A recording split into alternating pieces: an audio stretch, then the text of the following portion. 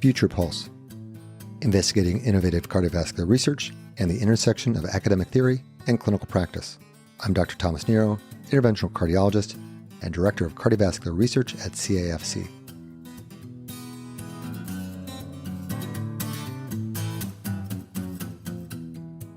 This is Dr. Thomas Nero, and this is part 3 of our interview with Dr. Paul Thompson. Dr. Thompson is the Professor Emeritus of Cardiology and the Chief of Cardiology Emeritus at Hartford Hospital. And today we'll be discussing coronary artery disease in the athlete. Talking a little more about athletes and making sort of a small segue here. We talk about exercise, how important exercise is. We talk about how important dietary changes, especially after coronary events and the statins. But one of the things that we know is that exercise and high amounts of exercise can actually maybe be detrimental. That there's a number of studies in runners that, getting off their keisters will decrease their cardiac event rates by 25%. But after somewhere around 3,000 kilocalories of exercise a week, that their event rates start going up again. And we certainly don't know the answer to that yet. But, it is one of those things that really sort of gives everyone pause. And it's one of those things where I would love to hear your take on, can exercise actually hurt the heart? So, that's a great topic, and it's something I'm actually working on right now. I spent today in my semi-retirement writing a paper, a requested review article, Can the Heart Get an Overuse Sports Injury? And I'm not sure, but I think it might. So let me go through it. First of all, way back, I mentioned this 15 physicians who ran the Boston Marathon, and they had big increases in CK. That was back when CK was used to measure whether you had a myocardial infarction. They subsequently repeated the study using CKMB, and that went up after the marathon race as well, but all pretty well dismissed. When they did biopsies of the gastrocnemius muscle in a bunch of Boston Marathon runners, and they found that the muscle had double the CKMB of sedentary people's muscles. So what happens with exercise training is you actually change the metabolic milieu of your skeletal muscle, and you make the CK look more like heart. So I dismissed the whole thing. Okay, it's just the skeletal muscle. And then along comes troponin. Now, I was surprised when some of my friends measured troponin levels in the London Marathon and found that about 50% of those individuals had troponin T values the day after the race in the area you diagnose a myocardial infarction, because troponin is excreted in the kidneys, and we see it up in people with renal failure and all that sort of stuff. So I dismissed it to some extent. But then we've started looking at troponin I, and we measured troponin I in 71 participants in the 2011 Boston Marathon. Every single one of them raised their troponin I. Well, physiologic, benign response. I was lucky enough to have a fellow named Thijs Ijsvogels from the Netherlands come and work with me for 2 years in that data from the Boston Marathon in the troponin elevations. And we've gone along together using data from the Netherlands to really look at a group of runners and see what happens to them. So what Thijs did is he measured troponin I levels using high sensitivity troponins in, I think it was 420 men who were walking these marches that they have in the Netherlands called the Nijmegen marches. And the Nijmegen marches, my understanding is, are to commemorate the American paratroopers who jumped into the Netherlands, and a lot of them drowned because the Germans had flooded these fields. So the Nijmegen marches are quite long. I think they're between 45 kilometers and like 60 kilometers. He measured troponin I levels in individuals, and 9% of the individuals increased their troponin I levels after the race above the 99th percentile, so diagnosis of myocardial injury. Then he followed those individuals over the next 44 months, and those who raised their troponin I's with exercise had 3 times the rate of cardiac events as those that didn't. We don't know what happens. It may be that the skeletal muscle during exercise can release little blebs.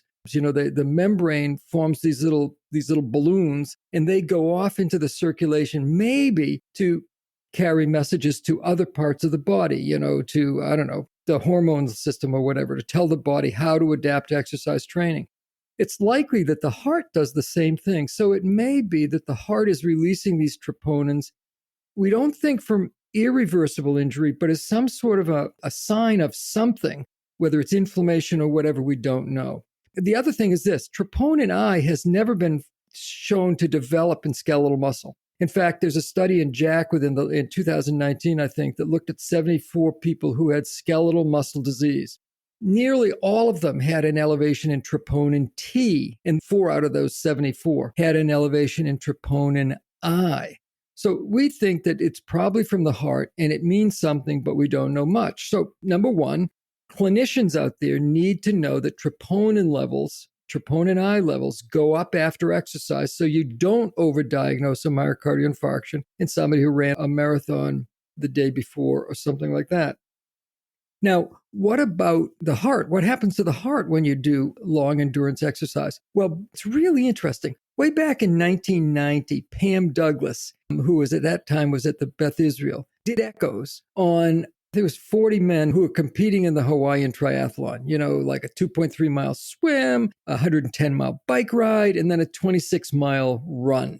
And what she found is that the left ventricle looked like it squeezed fine. The atria looked like they squeezed fine. But the right ventricle got sluggish. The right ventricle looked like it dilated, and the right ventricular ejection fraction was not as good. And that finding has been repeated. It looks like the right ventricle gets what she called cardiac fatigue from prolonged exercise. Now, why? Well, remember, at rest, your right ventricle is facing relatively low pressures.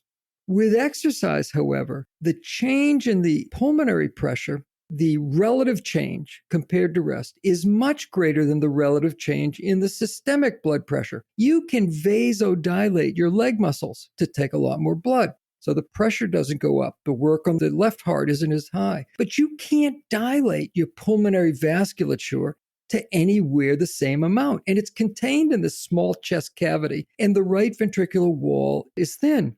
A friend of mine, Andrew LaGersh from Australia, what he postulates is that the right ventricle suffers with exercise. And we now know, for example, that people with right ventricular cardiomyopathy or right ventricular dysplasia, or what you can call it arrhythmogenic right ventricular cardiomyopathy, those people present earlier if they were varsity athletes. If they've repetitively stressed their right ventricle, their desmosomes don't work as well. Now, desmosomes are these little discs that keep the heart muscles attached. They're both electrically important, but they're also contraction important because you can't contract the heart well if you pull apart. So these people with right ventricular cardiomyopathy have desmosomal gene defects. When they exercise and stretch that heart, they get more disruption of those discs. And here's the very interesting thing. It seems to affect the best athletes the most. Why would it affect the best athletes the most? Because they have the biggest stroke volumes. They put the most size stretch on the right ventricle. So along with this is the finding that lifelong endurance athletes have increased late gadolinium enhancement. They have some more fibrosis than you'd expect. Where is the fibrosis? The intraventricular septum, not always, but most times, the intraventricular septum, and interestingly, where the septum inserts, the insertion point. So where the left and right ventricles kind of attach to each other at the top or at the bottom of the septum. So what's the point? The point is you exercise, you do an endurance event, puts a lot of increased relative stress on the right side, increased compared to the left, stretches or does something to the right ventricle, which results in this fibrosis. And it's just interesting that the best athletes seem to get the problem. Clinically, it's important if you take care of anybody with right ventricular cardiomyopathy, you don't want them exercising like crazy. I think there are 3 studies that have confirmed the original finding that came out of Cawkinson's group, but it's very interesting. So let's switch a little bit. I talked about these troponin coming out of the cardiac muscle during exercise, at least what we think, from some changes in permeability. Or we don't think it's necrosis. We don't think it's apoptosis, the planned cell death. So it's probably the release of those little packages. But the other interesting thing that's come along is that lifelong endurance athletes seem to have more coronary calcification than expected. What? Exercise is supposed to reduce the risk of atherosclerotic events. And yet these athletes have more calcium than you expect. Clarence DeMar won the Boston Marathon 7 times, ran up until just about the time he died. I think he died at 71, and he died of colon cancer. But after he died, Paul Dudley White, the famous Mass General cardiologist, convinced Clarence's wife to let him autopsy Clarence and examine his heart. If you read the report, 1965, Cullens, Cullens, and White in the New England Journal of Medicine, it says that it was hard to examine the heart because of the trocar insertion. So in other words, Clarence had already been embalmed by the time Paul Dudley White got his hands on his heart. But Clarence had tons of atherosclerosis. They've got a picture in the New England Journal of Medicine article that says, this is the left main, and it's got considerable atherosclerosis, and the arteries were very big. So it's not totally a new concept. It's just that, we kind of all dismissed Clarence's calcification because it was Clarence and we knew he was good and all that sort of stuff. But now it turns out that we're finding a lot of calcification, more than expected for the risk factors in athletes. So what's the clinical importance? The clinical importance is, first of all, you got to be able to reassure these athletes because, you don't want them jumping out the 7th floor window. They get very dysphoric about this thing. I treat them very aggressively with statins. It may be due to the exercise, but I want to hedge my bets. So I try to get their lipid levels low. I almost always do an exercise stress test on them just to make sure they're not hiding symptoms for me. I almost never do a cath or a CTA. The CTA in somebody with a lot of calcium. I always check a parathyroid hormone level and a calcium. And we'll just report within the next month or so in the American Journal of Cardiology 2 distance runners who came to me with very high coronary artery calcification scores. Good reason, right? They're distance runners, lifelong distance runners, both hyperparathyroid. And so, you need to think about it. Now, remember, as your calcium score goes up, as your coronary calcium score goes up, your risk of a cardiovascular event goes up. But as the density of that calcium score goes up, your risk goes down. And I'm seeing athletes with calcium scores of, get ready, 2,000, 3,000, 900. One winner of the Boston Marathon who I take care of has a calcium score of 900. He lets me use his name, but I'm not going to do it. So there's a lot of calcification in these individuals. And so you have to reassure them and tell them you don't know what it is. I check a parathyroid hormone level. I do a stress test. I reassure them. So far, all but one have done quite well. What's the mechanism? Don't know. Could those little blebs being released with troponin packets carry other things that stimulate atherosclerosis? We do know that exercise acutely raises parathyroid hormone levels. 2 hours of a bicycle ride among competitive cyclists raise their parathyroid hormone level 2-fold. So that's a possibility. And also remember, these are calcified lesions, so they may be safe. But here's the rub. There's a letter in JACC about 10 people who ran the race across America. It's basically 10 people who had CTAs done before the start of this race. They ran across the United States. They ran 6 days out of 7, and 8 finished. So I'm going to talk about those 8. 4 of the 8 had some atherosclerosis on their CTA at the beginning. Every single one of them increased the amount of atherosclerosis by the end of the race, and it was all soft plaque. One person didn't increase their soft plaque very much. That person was on atorvastatin, the only one of the 4 that was on atorvastatin. So I'm bothered by that. I've thought this is just calcification, good thing, nothing to worry about, but it may not be true. So let me finish with 2 things. I want to talk about AFib. AFib is more common in endurance athletes. I tried to write that up in 2007, couldn't get anybody to take the paper, circulation, everybody. Okay. Finally published it, 2009, British Journal of Sports Medicine. Now everybody kind of accepts that in endurance men have more atrial fibrillation because it hasn't been shown in women. The best studies come out of the Swedish group who studied runners in the Vasaloppet, which is a series of races. It used to just be a 54-mile cross-country ski race, but now it's a bunch of races. And what they've shown is that there's more atrial fibrillation in the skiers than there is in control groups. And here we go again.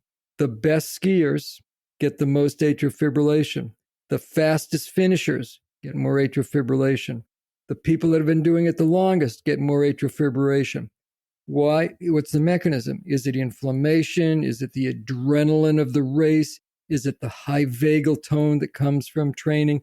I think it's big hearts. Remember, if you're good, you have to have a good stroke volume because you got to have a good cardiac output. And heart rate is determined by other stuff. Stroke volume can be manipulated a fair amount by exercise training. So we think you get a big left atrium for lots of exercise training. You stretch the sucker and you get atrial fibrillation, at least in men. Now, it's a J-shaped curve because if you look at people that are very sedentary, they have more atrial fibrillation than people that do some exercise, but they have less. The group doing some exercise has less atrial fibrillation than the group doing tons of exercise. And let me finish with just the aorta. About 3 years ago, Andrew LaGersh, my friend from Australia, asked me to help him with an editorial that found big ascending aortas in Australian rugby players. And I wrote the editorial with him. And he asked me because we had done a meta-analysis of aortic size in athletes years ago and reported that the aorta was only slightly bigger in the athletes. Strength athletes, endurance athletes was only slightly bigger. But these were people who had played rugby for a long period of time, and they had increased aortas. And then the group at Mass General that I work with now has come out showing that the endurance athletes tend to have bigger ascending aortas than we would expect. So I think this bears watching. So let's go back to the beginning again. First of all, exercise is good for you. You get the most benefit when you go from little to some. The 2018 physical activity guidelines recommend the following: move more, sit less. That's their big recommendation. Move more, sit less, because most Americans are nearly totally sedentary. They recommend between 150 and 300 minutes a week of moderate exercise. That is like fast walking, 150 to 300. 150 is 22 minutes a day. So nearly everybody can do that. If it's vigorous exercise, they recommend 75 minutes to 150 per week. So 150 to 300 minutes of brisk walking, or 75 to 150 minutes of something like jogging, more vigorous. And they also recommend some weightlifting. The studies all show big reductions with small increases with exercise. But as you pointed out at the start, Tom, there are now a bunch of studies that look like there's a little curve up, a little twist up, far right of those curves, a little increase in risk. Hard to know, because in this country, our public health problem is not people getting too much exercise. Our public health problem is people doing absolutely nothing and getting very heavy and all that sort of stuff. So I don't want you to get the wrong message. What do I think about this? I think that this is really interesting. And I think it should be used as a way to understand mechanisms. What's happening with atherosclerosis? What do those troponin blebs mean if they're coming out of the myocardium? So I view it as something I need to know about clinically, because I take care of patients and I want to be able to tell them what's going on and I want to be able to reassure them. But also, I think it's something that keeps me interested in the game. It is absolutely fascinating. You and I have the same kind of approach to this because we both take care of a lot of athletes. I have a fairly large athletic clinic, partially because having been a triathlete myself for a while. And when I talk to them, one of the messages I try to give them is, yes, we have some data that something happens at the end. We have no idea why yet, but we have to know why we're doing it. If you're doing it because you're going to be crazy if you don't get out and run every day, go out and run every day. But you have to know what you're training for, and you have to know why you're doing it. And then let that lead you. So if you're happier because you're doing more exercise, and every study that looked at exercise had a graded curve that didn't drop off at the end, that people who exercised more were happier. And so I use that as sort of the flip side of this conversation. I agree. I think a lot of physicians don't appreciate that with people. I don't think that these athletes are manic depressive. That's not what I'm saying. But all of us have high points in our lives and down points in our lives. And one of the nice things about exercise, it kind of removes the down. For a lot of people, if they don't do it, they become slightly dysphoric. And so I let them do it. I just try to control, like my people with right ventricular cardiomyopathy. I let them do brisk walking and stuff, but I try not to get them to be the varsity athlete that they once were. On a slightly separate topic, I just want to know if you had 2 or 3 thoughts about the use of cardiopulmonary exercise testing and how you currently use it and what your sort of thoughts are on using it in the future, both for, we tend to use it a lot for patients with heart failure, but for our general cardiology patients.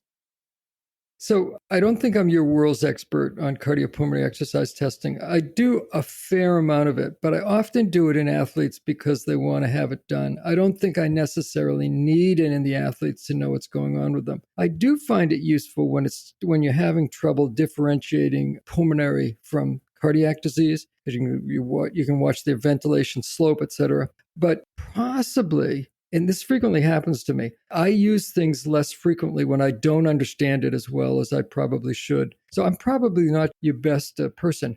So let's talk about exercise in general. I think stress testing is underutilized in terms of what it can tell you. And what I do is I refer to it as 2 things. I refer to it as the external workload, how far the person went, how much exercise they did. That, believe it or not, is a surrogate for stroke volume. If you're a good athlete, if you have great exercise performance, a good oxygen uptake, you got to have a good stroke volume. So it gives me a sense as to where the external work rate is, gives me a sense of stroke volume. And then I refer to it the internal work rate. The internal work rate is what heart rate you got, because heart rate's the primary determinant of myocardial oxygen demand. So now I've got the external oxygen demand, I've got the internal oxygen demand. That gives you a very good look at what's going on with people. And I didn't invent that. Ezra Amsterdam from the University of Davis, way back in, I think the article was in JACC in 1976, referred to the internal external work rate, and I've used it and I cite them ever since then. And I do think that we need to sort of go back to our primary teaching that doing just exercise treadmill stress testing gives us so much information on what the patient can do, and that there's a graded curve just based on what they're able to achieve. Patients that can only achieve Bruce 1 don't do as well as Bruce 2 or 3. That's right. I always say that if you've got good exercise performance, you got a good heart.